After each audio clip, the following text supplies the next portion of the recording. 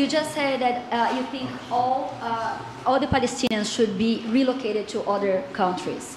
Does that mean that you do not support a two-state solution? It doesn't mean anything about a two-state or one state or any other state, because the Gaza Strip has been a hellhole for people living there. It's been horrible. Hamas has made it so bad, so dangerous, so unfair to people. And by doing what I'm recommending that we do, it's a very strong recommendation, but it is a strong recommendation. By doing that, we think we're going to bring perhaps great peace to long beyond this area. And I have to stress, this is not for Israel. This is for everybody in the Middle East, Arabs, Muslims. This is for everybody. This would be where they can partake in terms of jobs and living and all of the other benefits. And I think it's very important. It just doesn't work the other way. You know, you can't keep trying. They just has been going along for so many decades, you can't even count. You just can't keep doing. You have to learn from history. You can't keep doing the same mistake over and over again, frankly. And we're going to give people a chance to live in a beautiful community that's safe and secure. And I think you're going to see a tremendous outflowing of support. I can tell you, I spoke to other leaders of countries in the Middle East, and they love the idea. They say it would really bring stability, and what we need is stability. Yes, sir, please. Are you still committed to imposing sanctions on the ICC, despite the move being stalled in the Senate? And please, a question for the Prime Minister as well. The President has been very clear about his desire to achieve a deal with Saudi Arabia. How do you settle this if Israel is required to renew the war against Hamas in the future? Go ahead, Bibi. I think everybody understands that just as the President fought and defeated Al-Qaeda and ISIS, that we can't leave Hamas there, because Hamas will continue the battle to destroy Israel. They'll do, you know, when in this temporary ceasefire, one of their leaders comes out, you know what he says? We're going to do October 7th again, except we'll do it bigger. So obviously, you can't talk about peace neither with Hamas or in the Middle East if this, toxic, murderous organization is left standing. Any more that you could make peace in Europe after World War II if the Nazi regime was left standing and the Nazi army was left standing. You want a different future? You got to knock out the people who want to destroy you and destroy peace. That's what we're going to do. I think that will also usher in, actually, the peace with Saudi Arabia and with others, and I think there will be others too. You said earlier today that it was tough for you to implement these sanctions on Iran, but you did indicate that you were willing to negotiate with them. What would that look like, and are you in conversations with them? And the same for the Prime Minister, sir. I hated doing it.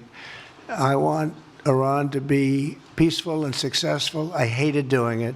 I did it once before, and we brought them down to a level where they were unable to give any money. They had to survive themselves, and they had no money. They were essentially broke, and they had no money for, as I said, Hezbollah. They had no money for Hamas. They had no money for any form of terror, the 28, if you call it, the 28 sites of terror. They had no money for any of it. They had to do their own and focus on their own well-being. And I hated to do it then, and I hate to do it just as much now. And I say this, and I say this to Iran, who's listening very intently. I would love to be able to make a great deal, a deal where you can get on with your lives and you'll do wonderfully. You'll do wonderfully. Incredible people, industrious, beautiful, just an unbelievable group of people in Iran. And I know them well, have many friends from Iran and many friends that are Americans from Iran, and they're very proud of Iran. But I hated to do it, just so you understand. And I hope we're going to be able to do something so that it doesn't end up in a very catastrophic situation. I don't want to see that happen. I want to, one thing, they cannot have a nuclear weapon. And if I think that they will have a nuclear weapon, despite what I just said, I think that's going to be very unfortunate for them. If, on the other hand, they can convince us that they won't, and I hope they can. It's very easy to do. It's actually very easy to do. I think they're going to have an unbelievable future. Yeah, please. Mr. President, what's your view about Palestinian leader Abbas' role in all the regional changes you want to do? And a question for the Prime Minister, what's your view on President Trump wanting to reach a deal with Iran and not a much more active military stance towards it? Go ahead, baby. Go ahead. Go ahead, baby. Go ahead. I think the president just said something that I think is the pivot of everything that we're talking about. He said Iran cannot have a nuclear weapon. And we fully agree with that. If this goal can be achieved by a maximum pressure campaign, so be it. But I think the most important thing is to focus on the goal, which the president just did, and I fully agree with him. Thanks. Go ahead, please. Do you have any plans to visit Israel soon? To visit where? Israel and Gaza. Oh, well, I love Israel. I will visit there, and I'll visit Gaza, and I'll visit Saudi Arabia, and I'll visit other places all over the Middle East. The Middle East is an incredible place, so vibrant, so it's just one of the really beautiful places and with great people. And I think a lot of bad leadership has taken place in the Middle East that's allowed this to happen. It's just terrible. And that includes on the American side, by the way.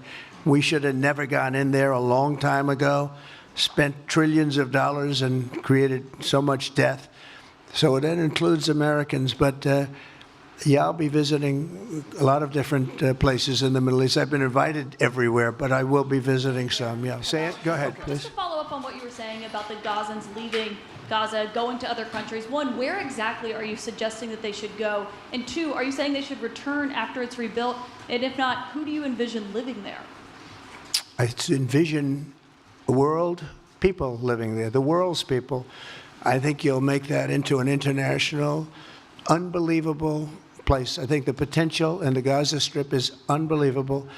And I think the entire world, representatives from all over the world will be there, and they'll live there. Palestinians also. Palestinians will live there. Many people will live there. But they've tried the other, and they've tried it for decades and decades and decades. It's not going to work. It didn't work. It will never work. And you have to learn from history. History has, you just can't let it keep repeating itself. We have an opportunity to do something that could be phenomenal. And I don't want to be cute. I don't want to be a wise guy, but the Riviera of the Middle East, this could be something that could be so bad. This could be so magnificent. But more importantly than that is the people that have been absolutely destroyed that live there now can live in peace in a much better situation because they're living in hell. And those people will now be able to live in peace. We'll make sure that it's done world class. It'll be wonderful for the people. Palestinians mostly we're talking about. And I have a feeling that despite them saying no, I have a feeling that the king in Jordan and that the general president, but that the general in Egypt will open their hearts and will give us the kind of land that we need to get this done. And people can live in harmony and in peace. Thank you all very much. Thank you.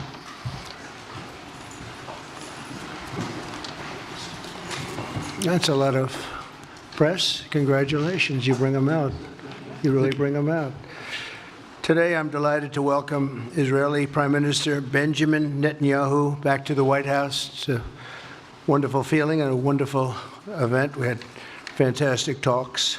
He's the first foreign head of state to visit during our administration. And Bibi, I want to say it's an honor to have you with us.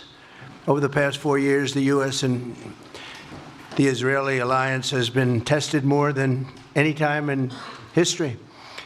But the bonds of friendship and affection between the American and Israeli people have endured for generations, and they are absolutely unbreakable. They are unbreakable. Soon be stronger than ever. We had a great relationship. We had great victories together 4 years ago. A successful partnership that brought peace and stability to the Middle East like it hadn't seen in together decades. We defeated ISIS. We ended the disastrous Iran nuclear deal, one of the worst deals ever made, by the way, and imposed the toughest ever sanctions on the Iranian regime.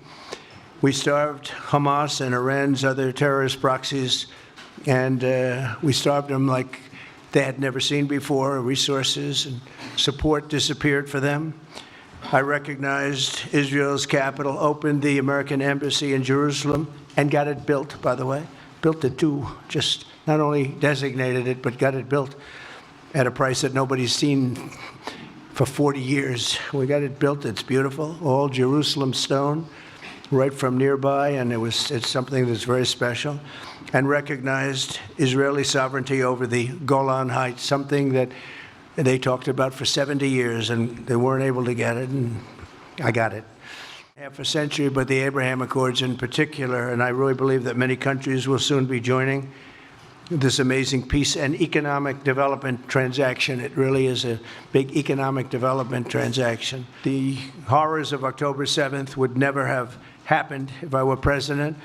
The Ukraine and Russia disaster would never have happened if I were president. Over the past 16 months, Israel has endured a sustained, aggressive, and murderous assault on every front, but they fought back bravely. You see that and you know that. What we have witnessed is an all-out attack on the very existence of a Jewish state in the Jewish homeland. The Israelis have stood strong and united in the face of an enemy that has kidnapped, tortured, raped, and slaughtered innocent men, women, children, and even little babies. I want to salute the Israeli people for meeting this trial with courage and determination and unflinching resolve. They have been strong. In our meetings today, the Prime Minister and I focused on the future, discussing how we can work together to ensure Hamas is eliminated and ultimately restore peace to a very troubled region. I want to thank Prime Minister Netanyahu for working closely with my transition team, the special envoy, and it's going to happen, I think, very quickly.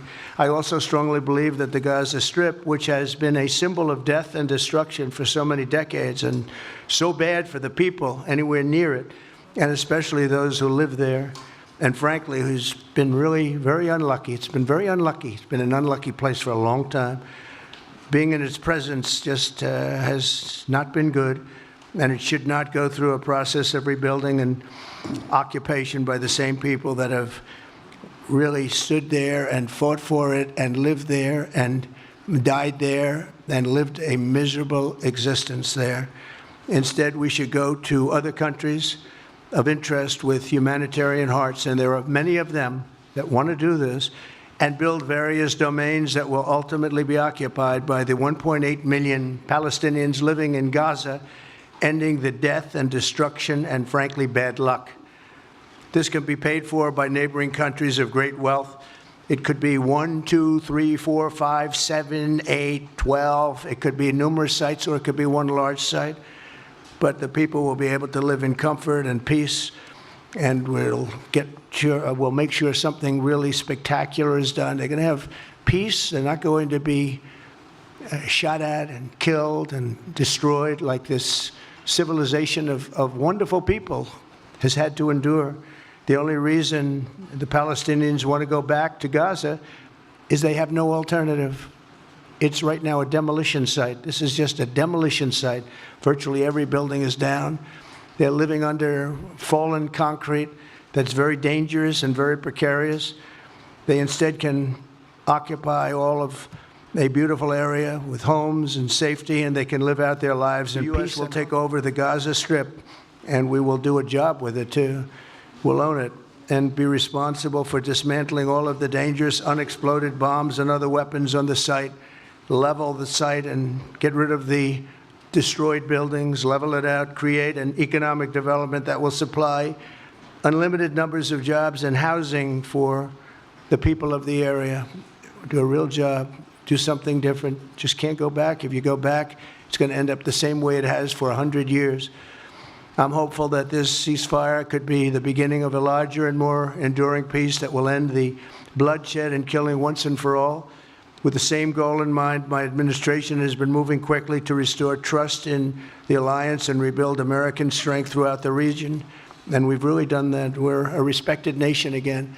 A lot's happened in the last couple of weeks. We are actually a very respected nation again. I ended the last administration's de facto arms embargo on over $1 billion in military assistance for Israel. And I'm also pleased to announce that this afternoon, the United States withdrew from the anti-Semitic UN Human Rights Council and ended all of the support for the UN Relief and Works Agency, which funneled money to Hamas and which was very disloyal to humanity. Today, I also took action to restore a maximum pressure policy on the Iranian regime, and we will once again enforce the most aggressive possible sanctions, drive Iranian oil exports to zero, and diminish the regime's capacity to fund terror throughout the region and throughout the world. We had no threat when I left office. Iran was not able to sell oil. Nobody was buying oil because I said, don't buy it. If you buy it, you're not doing any business with the United States. And Hamas was not being funded. Hezbollah was not being funded. Nobody was being funded. There would never have been an October 7th. 2 weeks ago, I once again designated the Houthis as a terrorist organization. They're trying to destroy world shipping lanes, and that's not going to happen. And over the weekend, I ordered airstrikes against senior ISIS leaders hiding in the caves of Somalia and took them out. Here in America, we've begun the process of deporting foreign terrorists, just as we have people that are extremely evil, and we're sending them out of our country. They came from jails. They came from mental institutions and insane asylums, and they were dumped into our country. They're gang members. We're getting them out at numbers that nobody can actually believe. And every single country is taking those people back. They said they would never take them back, and they're all taking them back, and they're taking them back very gladly. And I recently signed an executive order combating the vile wave of anti-Semitism that we've seen in the aftermath of the October 7th attacks. Together, America and Israel will renew the optimism that shined so brightly just 4 years ago. It was really a bright, beautiful light. We will restore calm and stability to the region and expand prosperity, opportunity, and hope to our nations and for all people of the Middle East, including the Arab and Muslim nations. Very important. We want the Arab and Muslim nations to have peace and have tranquility and have great lives. I'd like to now invite Prime Minister Netanyahu to say a few words, and we'll take some questions afterwards. Thank you very much. Thank you, Mr. President. I'm honored that you invited me to be the first foreign leader to visit the White House in your second term. This is a testament to your friendship and support for the Jewish state and the Jewish people. I've said this before. I'll say it again. You are the greatest friend Israel has ever had in the White House. And that's why the people of Israel have such enormous respect for you. In your first term, you recognized Jerusalem as Israel's capital. You moved the American embassy there. You recognized Israel's sovereignty over the Golan Heights. You withdrew from the disastrous Iran nuclear deal. I remember we spoke about it. You said, this is the worst deal I've ever seen. I'm elected, I'm walking out of it. That's exactly what you did. And I see them as they are. And of course, you also brokered the groundbreaking Abraham Accords in which Israel made peace with 4 Arab states. We did this in 4 months. Nothing happened for a quarter of a century, but in 4 months, we were able, working together under your leadership, to have 4 historic peace accords. And now in the first days of your second term, you picked up right where you left off. Your leadership helped bring our hostages home, among them American citizens.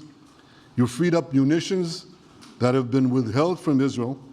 They had been withheld from Israel in the midst of a 7-front war for our existence. And you just freed it. You ended unjust sanctions against law-abiding Israeli citizens. You boldly confronted the scourge of anti-Semitism. You stopped funding, as you just said, international organizations like UNRWA that support and fund terrorists. And today, you renewed the maximum pressure campaign against Iran. Ladies and gentlemen, all this in just 2 weeks. Can we imagine where we'll be in 4 years? I can. I know you can, Mr. President. Worst attack on Jews since the Holocaust. Iran and its henchmen in the Middle East were absolutely ecstatic. Haniya praised the massacre. Sinwar said that Israel was finished. Nasrallah boasted that Israel was, here's what he said, as feeble as a spider's web. Well, Mr. President, Haniya is gone. Sinwar is gone. Nasrallah is gone. We've devastated Hamas, we decimated Hezbollah, we destroyed Assad's remaining armaments, and we crippled Iran's air defenses. And in doing this, we've defeated some of America's worst enemies. We took out terrorists who were wanted for decades for shedding rivers of American blood, including the blood of 241 Marines murdered in Beirut. We accomplished all this with the indomitable spirit of our people and the boundless courage of our soldiers. The Bible says that the people of Israel shall rise like lions, and boy did we rise. Today, the roar of the Lion of Judah is heard loudly throughout the Middle East. Israel has never been stronger, and the Iran terror axis has never been weaker. But as we discussed, Mr. President, to secure our future and bring peace to our region, we have to finish the job. In Gaza, Israel has 3 goals: destroy Hamas's military and governing capabilities, secure the release of all of our hostages, and ensure that Gaza never again poses a threat to Israel. I believe, Mr. President, that your willingness to puncture conventional thinking that has failed time and time and time again, your willingness to think outside the box with fresh ideas will help us achieve all these goals. And I've seen you do this many times. You cut to the chase. You see things others refuse to see. You say things others refuse to say. And after the jaws drop, people scratch their heads and they say, you know, he's right. And this is the kind of thinking that enabled us to bring the Abraham Accords. This is the kind of thinking that will reshape the Middle East and bring peace. We also see eye to eye on Iran. That's the same Iran that tried to kill us both. They tried to kill you, Mr. President. They tried through their proxies to kill me. We're both committed to rolling back Iran's aggression in the region and ensuring that Iran never develops a nuclear weapon. Ladies and gentlemen, Israel will end the war by winning the war. Israel's victory will be America's victory. We will not only win the war, working together, we will win the peace. With your leadership, Mr. President, and our partnership, I believe that we will forge a brilliant future for our region and bring our great alliance to even greater heights. Thank you. Thank you very much, baby. Very nice. Thank you. Thank you very much, baby. Very nice. Thank you. So Saudi Arabia is going to be very helpful, and they have been very helpful. They want peace in the Middle East. It's very simple. We know their leader and their leaders very well. They're wonderful people, and they want peace in the Middle East. As far as Gaza is concerned, we'll do what is necessary. If it's necessary, we'll do that. We're going to take over that peace, and we're going to develop it, create thousands and thousands of jobs, and it'll be something that the entire Middle East can be very proud of.